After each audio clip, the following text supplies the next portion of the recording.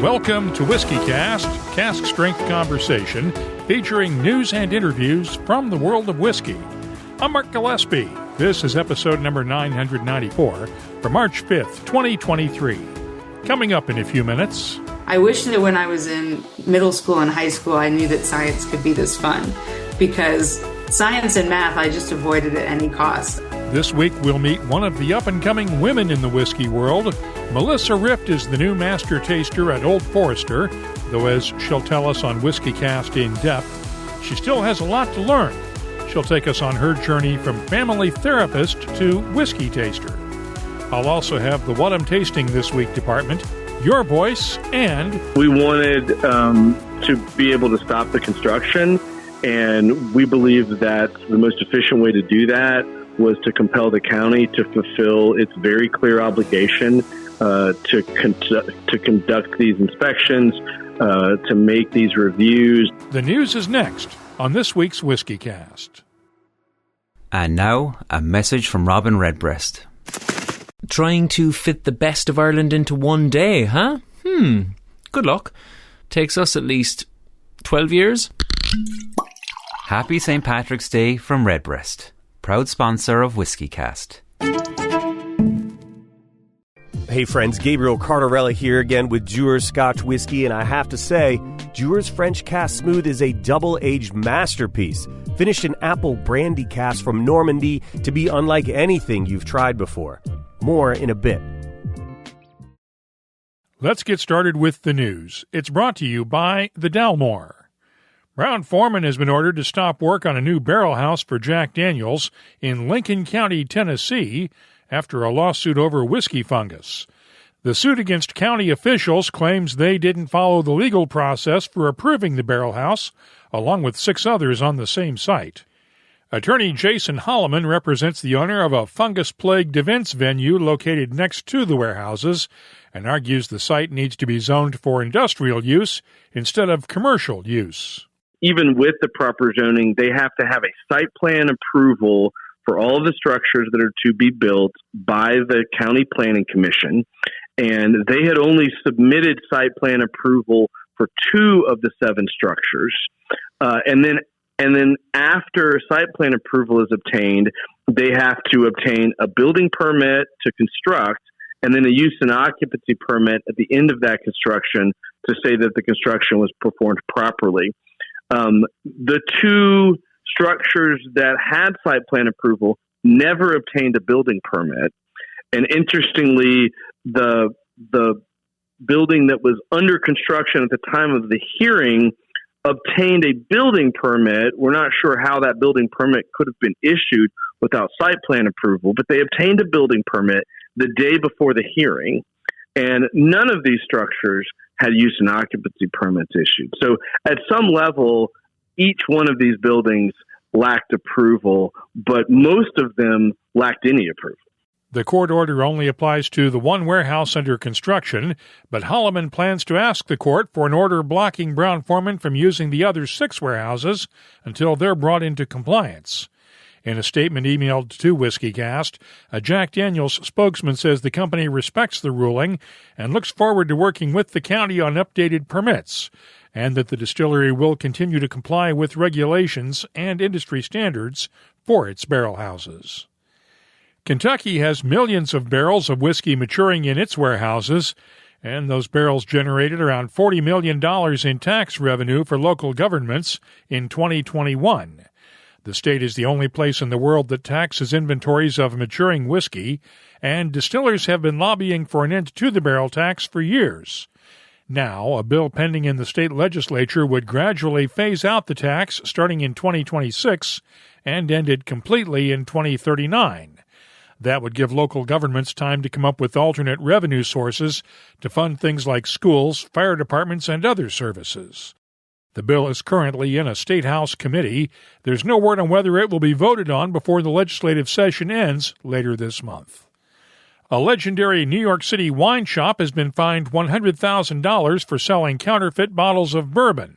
State regulators issued the fine against Acker, Merrill, and Condit for buying the whiskeys from unauthorized sources. The store was the subject of a 2021 investigation by Inside Edition, in which one of the show's producers bought a bottle of Colonel E.H. Taylor 4-grain bourbon for $1,000 at Acker, Maryland Condit. The bottle was deemed counterfeit after it was tested at Buffalo Trace. Store employees were using their own money to buy whiskeys from collectors and then reselling them to the liquor store on at least 5 occasions.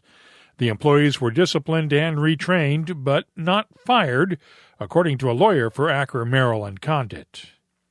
In other news, we reported a couple of weeks ago on the ongoing barrel shortage, and one new Scottish distillery has already locked in a supply of barrels for decades, even though construction has yet to begin on the distillery. Ardgowan Distillery has signed a £100 million deal with Spain's Bodegas Miguel Martin to produce sustainably sourced European oak casks. The first batch has already been built and is now being seasoned with sherry at the bodegas. Kingsbarns Distillery has unveiled the 2 single malts that make up its core collection now. Managing Director William Weems says the Ducat single malt comes from barley grown within 6 miles of the distillery. Ducat is largely bourbon matured, 90%, bourbon casks, 10%, Portuguese wine casks, which are called STRs. So it is a 7-year-old. It's our first 7-year-old release from the distillery, and it's named Ducat after the little dove boxes in the distillery where the room where the first cask is held. And then the other single malt we're launching is called Balcomi, which is exclusively sherry matured and is named after a local landmark, which also, for any of your listeners who are keen golfers, is the name of a famous local golf links as well called Balcomi Crail. The whiskeys will be available in 30 markets globally. In the U.S., they'll sell for around $60 a bottle. Whistle Pig is getting into the single malt game with a 21-year-old single malt distilled in an undisclosed Canadian distillery. It's called the Beholden and is finished in Whistle Pig rye barrels. It's being sold now for around $800 a bottle. The Lakes Distillery is out with its Whiskey Maker's Reserve No. 6, matured in a combination of Oloroso, Pedro Jimenez, and red wine casks. It's bottled at 52% ABV and carries a recommended retail price of £85 a bottle in the UK. And Seattle's Westland Distillery has officially released its debut edition of Solemn, created with American peated malt using peat from Washington's Olympic Peninsula. It completes Westland's Outpost range, along with the Garyana and Calere single malts. You can find my tasting notes for it at whiskycast.com. And finally, the Gordon family of William Grant & Sons fame has been laying down casks of whiskey for almost 100 years for the family's own use, and has now started bottling them under the House of Hazelwood banner. The first 8 releases in the series are now available in the U.S. for the first time, starting in California, with other markets to be rolled out later this year. I'll have tasting notes for a couple of whiskeys in the range later on. You can keep up with the latest whiskey news all week long at whiskycast.com. The news is brought to you by the Dalmore. Hello, Richard Patterson here, Master Distiller, Master Blender for the Dalmore. You know, whenever the team and I are in the world sharing our exceptional single malt, we like to keep in touch with Mark Gillespie and the latest news from WhiskyCast.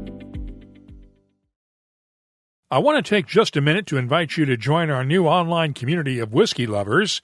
Each week on the show, we talk about cask strength conversation, and now it's a 2-way conversation with the free WhiskyCast community app. It's a way for you to share your whiskey journey with us, and so far we've had people from 15 countries download the app from the Apple and Google App Stores. This is one of the things we're doing to celebrate the upcoming 1000th episode of WhiskyCast. We're trying to elevate whiskey discussion and better connect with listeners like you. The framework for a collaborative community is there, and what it becomes is up to each one of us. It's all free to download and use, and I hope you'll join us. Just search in your app store for WhiskyCast Community.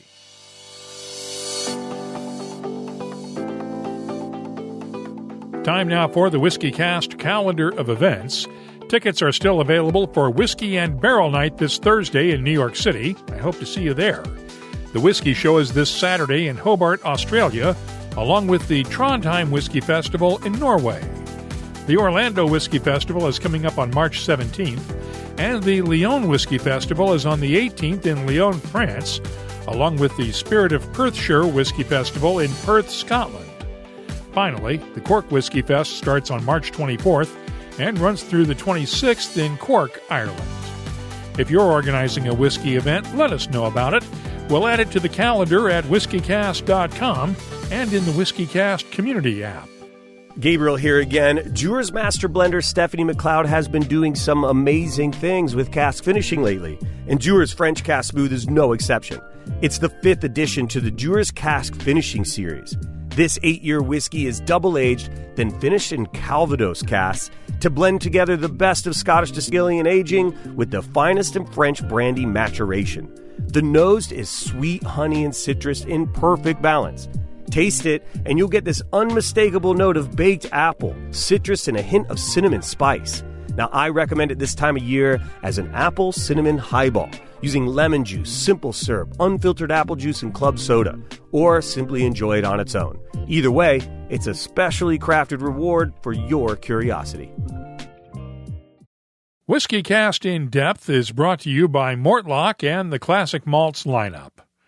Women have always played a role in the modern-day whiskey industry, and there's a new generation of women making their mark on the industry. One of those women is Melissa Rift, the new master taster for Old Forester. She comes from a non-traditional background and is proof that you don't necessarily have to have a science background to succeed in the industry. First of all, tell me your background. How did you get to become master taster at Old Forester? Yeah, master taster at Old Forester. So I've been in the bourbon industry for about 6 years, going on 6.5 now that we're in the new year, and really kind of got my start on the bourbon trail in hospitality.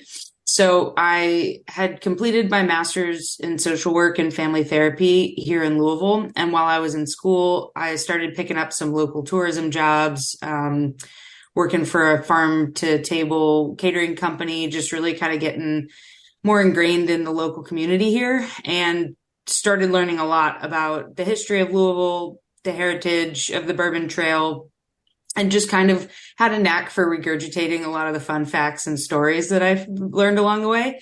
And so once I was a practicing family therapist, I was taking a tour on the bourbon trail, and one that I really enjoyed was very history focused. And so I asked for an application. I started giving tours a couple weeks later. Within a year, I think I was managing the tour team. I spent about 8 months organizing local events for the brand I was working for. Just kind of climbed my way up. And I always tell people it was a good time to get into the bourbon trail because a lot of jobs were being created kind of as I was moving into them, because there was so much momentum. And so eventually ended up with the opportunity to develop a tour script and a new tour program at a distillery that was opening in Shelbyville. And with that, launching a single barrel program. So that's where I really kind of turned, I think, what was a job to me into more of a career path. Working in single barrel, I was so cross-functional between the marketing and demand side and the supply and production side, just kind of connecting and liaising all of those players that go into the intricacies of single barrel, which we could spend like a whole interview talking about single barrel alone. And so that's when I really started trying to figure out what my next steps would be, what my trajectory was going to be. You know, there are like one of 1,000 directions you can take a role like that in, whether you want to get more into like brand teamwork, marketing strategy and things like that, or getting more into sensory blending production. So I had actually just ended up leaving that position for a cool 6 months when I found out that this one was available, and I was doing some global brand work. And just, I love Old Forester. It's been one of my favorite brands from the very beginning.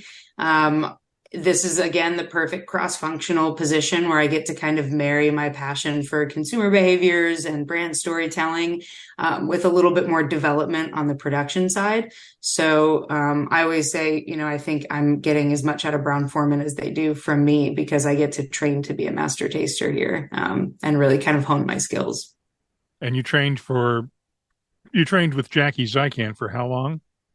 I didn't train with Jackie. Yeah. So Jackie stepped out of the role before I was hired onto it. There was a little bit of gap between her tenure and mine.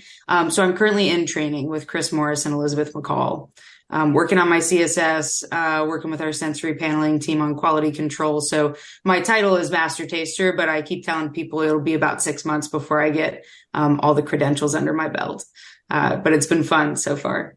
What's it like working with Chris and Elizabeth?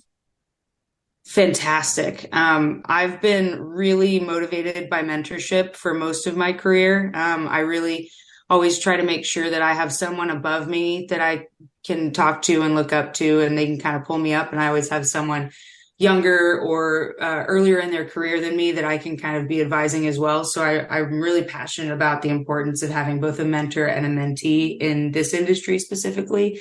And Elizabeth's been a huge mentor of mine for a little while now. I was actually introduced to her when I was heavy in my job hunt. And she was kind enough to sit down with me and have coffee. And I said to her, because she comes from a clinical psychology background and I was coming from family therapy. And I just said, I feel like I'm applying for these jobs and my resume is just not speaking to my skills enough, because I don't have a degree in food chemistry or in brand marketing, and a lot of what she did was just kind of calm my anxieties about that and let me know that like the process will work for me if I work it. But also encouraged me to apply for jobs that I didn't think I was qualified for anyway.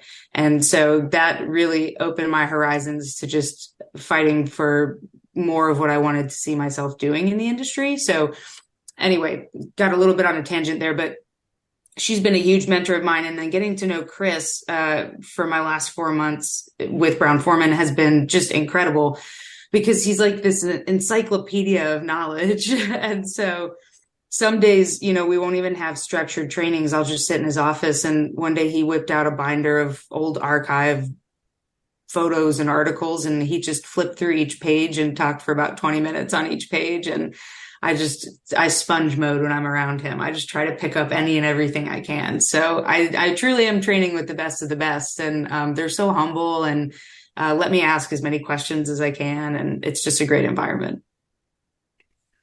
What's the big difference between family therapy and tasting whiskey for a living? Yeah, I would say that my family therapy background lends itself to my work as a national brand ambassador, like in a very linear fashion. To tasting whiskey, I don't know, maybe not so much. But the storytelling aspect of what I do, because, the master taster role is really a two-pronged approach. It's both global marketing and, product production.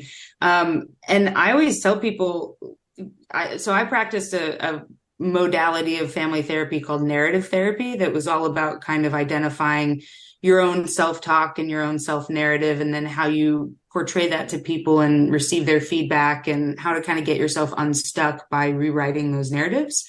Very solution focused, very storytelling focused. And so I put a lot of that into the work I do as a brand ambassador, especially when we're talking about women in the industry and diversifying our consumer base. I think that I have a really good way of marrying my skills from my previous career and my current career to kind of make people feel less pressure and less excluded from the bourbon category, by kind of helping rewrite those stories of how we all relate to the spirit and the product and the brands that we love. As far as tasting whiskey, I think that there's just a certain amount, I don't know, I think what I've pulled from my previous career is just discipline. Acting as a family therapist, there's a lot of bumps in the road. A lot of things don't go the way you want them to go. So you kind of have to learn to take those with a grain of salt, let some stuff roll off your back, but stay disciplined. So that's been a huge advantage of mine, I think. What do we have to do to get more women into whiskey, into the production side?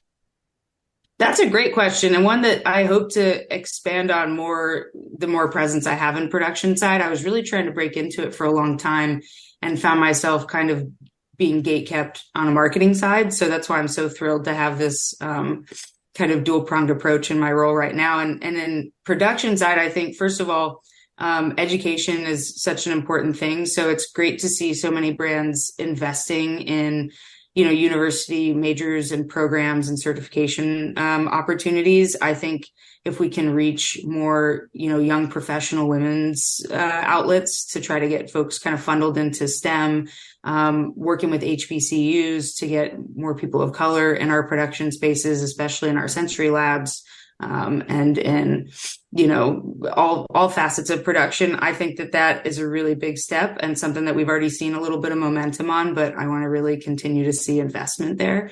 And then mentorship is something that I see a ton on the marketing and demand side, but not as much on the production side. So I think being more intentional about mentorship, helping women who are more green in their career path, find women who are more tenured and really invest in spending some time there. And then as they continue to grow, find a way to reach back to other people who are just coming into the industry. I think those two things alone, we'd see a huge amount of progress in women in the industry. What makes tasting whiskey so much fun for you? Oh, wow. I don't know how it could be anything but fun. I was telling somebody this the other day. So I have a twin sister, identical twin sister. So it's been interesting to see the way that our career paths have evolved and changed. She's a doctor, a physical therapist in Louisiana, but we've always had a huge passion for flavors. Ever since we were young, and my mom's actually quite picky. And so she always used to joke that she didn't know where we came from because we were eating sushi and escargot. And, when we were 5-6 years old, we'd try anything and everything you put in front of us, and 99.9% of it we would enjoy. So I've always been pretty passionate about wild flavors, exotic flavors, classic flavors, flavor pairings, complements, contrasts. It's just been something I think I've always been drawn to. So to be able to apply that to a category that's both as fun as whiskey and has so much momentum behind it like whiskey does. And I was fortunate enough to be kind of coming of age right in the early whiskey renaissance that we're currently experiencing. So I got on that train just at the right time where there were a lot of people educating themselves, and I got great trainings and education in the last 6 years I've been in the industry. So I think, again, being able to kind of be a professional about it and really live it as my career while also having fun. There's a certain creative side to tasting whiskey, flavor development, being a passion of mine from an early age. Just being able to marry all of that together just makes it one of those jobs that doesn't really feel like work. Is it more art or science? To me, it's more art. I wouldn't say that's a rule of thumb. I just, from an early age, really didn't get into science very easily. I was saying this to somebody just the other day. I wish that when I was in middle school and high school, I knew that science could be this fun, because science and math, I just avoided at any cost. I was much better at English and writing and history, which makes sense with my trajectory into social work and social sciences. But kind of coming back around, it's funny. I've had people ask me on tours if I have a chemistry degree, and it just makes me laugh out loud because I really did fight against getting into science for quite a long time. So to me, I think I connect with it more as an art, but there is a true science to it that I think is fascinating, and that I'm grateful for all the people who've really honed that science skill so that I can access it more as a creative art. Thanks to Melissa Rift for spending some time with us this week on WhiskyCast In-Depth. It's brought to you by Mortlach, whiskey's best-kept secret. Hidden away for decades in some of the world's most famous Scotch whiskies comes a single malt inspired by an original for a fortunate few. Discover the entire Mortlach lineup at malts.com. Let's start off the What I'm Tasting This Week department with a couple of the House of Hazelwood blends. A singular blend 1963 is a very unique blended Scotch whiskey in that both the malt and grain whiskeys came from the same undisclosed Highland distillery, and both were distilled in 1963, matured for 58 years in American oak. It's bottled at 45.6% ABV, and the nose has wood spices, leather, honey, and vanilla notes, while the taste is complex with a vibrant balance of fruity sweetness and sour candies. You'll also find subtle spices, butterscotch, and just a hint of wet leather. The finish is long, spicy, and dry with touches of nutmeg and walnut wood. I'm scoring the House of Hazelwood's a singular blend a 96. Now, a Trail of Smoke is a 42-year-old blended malt from various island distilleries. It's a modern-day blend of those whiskeys, as opposed to blends created shortly after distillation and allowed to marry for decades in the same cask. This one is bottled at 46.5% ABV, and the nose has touches of caramel apples, garden herbs, grilled citrus fruits, and a subtle peatiness in the background. The taste starts off fruity, while the smokiness builds up slowly, along with touches of dried flowers, honey, and an herbal touch of rosemary. The finish is nice and long as the smoke curls around your throat, with touches of dried fruits and garden herbs. I'm scoring a Trail of Smoke a 96.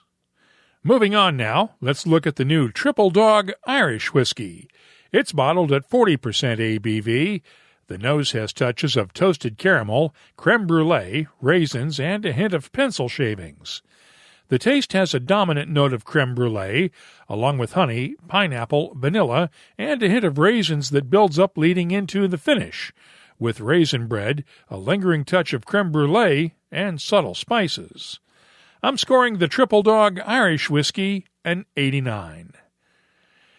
Independent bottlings of Strathmill are rare. Almost all of the Diageo-owned distillery's output goes for blending purposes, and it's one of the key malts in the legendary J&B blended scotch. The folks at Glass Revolution Imports have bottled a 15-year-old cask of Strathmill under their Dram Hunters label. It's bottled at 55.9% ABV, and the nose is malty with touches of dried grass and lemon zest. The taste is thick, oily, and peppery with notes of lemon zest, dried flowers, barley sugar, and vanilla. The finish is long with lingering touches of lemon tartness and spice. I'm scoring the Dram Hunters Strathmill 15-year-old a 91. I'll be adding these tasting notes to our searchable list of more than 3,400 different whiskeys from all over the world. Check it out this week at whiskycast.com. And now, a message from Robin Redbreast. Kentucky and Ireland have plenty in common. Two homes of horse racing. Bluegrass music is said to have Irish roots. Okay, it's not the longest list, but the Redbreast Kentucky Oak Edition only strengthens the bond. Finished in sustainably sourced Kentucky oak for a captivating nose and round taste. I see a triple crown in this thoroughbred's future. Proud sponsor of WhiskyCast. Redbreast. Pass it on. Time now to open up the inbox for your voice. The other day I asked on social media how you buy whiskey. Do you budget for purchases in advance, buy on impulse, or a little of both? Personally, I do a little of both, and that's what the majority of you said in our online Twitter poll. 57% do a little of both, while 35% buy on impulse, and just 8% have a whiskey budget. Some of the responses: Scotchology1 tweeted this: I tend to keep strict habits about local purchases, but will also keep enough surplus in the budget so that if I'm traveling or see a surprise, I know I have the funds there to cover it. Whiskey Resource added, I have an ever-increasing wish list. I'll be doing research and come across a whiskey which sparks some interest, and if the reviews are good and the bottle is low on stock, it's an instant buy. Recent purchase of Altmore 12 is an example. And Adam Bachman added this: I have a budget for daily drinking with a reserve for chase and rare bottles which I snatch if I see them. I'm willing to be more impulsive when traveling and find a local small distiller. Thank you for sharing your opinions with us, and if you have something you'd like to share with whiskey lovers around the world, you can always find me on social media and in the WhiskyCast community app. Look for WhiskyCast on Twitter, Facebook, and Instagram, or just email me. The address is comments@whiskycast.com. Let's close out the show now with Behind the Label, our look at the history, science, and people who make whiskey unique. It's brought to you by Writer's Tears. It's often been said that women make better nosers of whiskey than men, largely because women on average have more olfactory glands in the nose than men do. But what does science tell us? Dr. Paul Wise of the Monell Chemical Senses Center in Philadelphia studies the science of smell and told us last June that while there are differences between men and women, they are not as pronounced as you might think. Anybody that collects a large enough sample does that analysis between men and women. And I can say that when there's a difference, it's almost always in favor of women being slightly more sensitive. But there's not always a difference. In fact, often there's not. So, I would say that probably there is a small mean difference between men and women, that women are slightly better. But you're talking about two bell curves, right, that are superimposed. So allow me to make a gesture. I mean, they're going to be they're going to be overlapping largely. So there's a small mean difference. But the differences within men and within women are going to be huge relative to the different, any difference between men and women. You can listen to the entire interview with Dr. Paul Wise in episode 958 of WhiskyCast. Just look in the archives at whiskycast.com. And if you have something you'd like us to look at on an upcoming episode, just use the contact form at whiskycast.com to get in touch with us. Behind the Label is brought to you by Writer's Tears. Writer's Tears Copper Pot, an 18th century style of premium Irish whiskey, blended from single pot still and single malt. Like yourself, it's one of life's treasured rarities, and what's rare is wonderful. Writer's Tears Copper Pot. That's all for this edition of WhiskyCast. You'll find links for the stories in this episode in our show notes at whiskycast.com. That's also where you'll find the latest whiskey news, my tasting notes, the calendar of events, the whiskey photo of the week, and, of course, a complete archive of past episodes going all the way back to 2005. Don't forget to download the WhiskyCast community app in the Apple or Google app stores this week. You can always get in touch with us in the app and on Twitter, Instagram, and Facebook at WhiskyCast. The email address is comments@whiskycast.com. Friends, it's me again, reminding you to try Dewar's French Cask Smooth Blended Scotch Whiskey. The best of two cultures and traditions in one beautiful bottle. Please drink responsibly. And now, a message from Robin Redbreast. The average college basketball power forward is 6'9", which, according to my rough calculations, is 16.5 times my height. I'll stick to aimlessly pottering around in back gardens. Proud sponsor of WhiskyCast. Redbreast. Pass it on. WhiskyCast is a production of Cask Strength Media, copyright 2023, and comes to you from the charming, yet regrettably dry town of Haddonfield, New Jersey. I'm Mark Gillespie, reminding you that when you drink, please drink responsibly. Thanks for listening.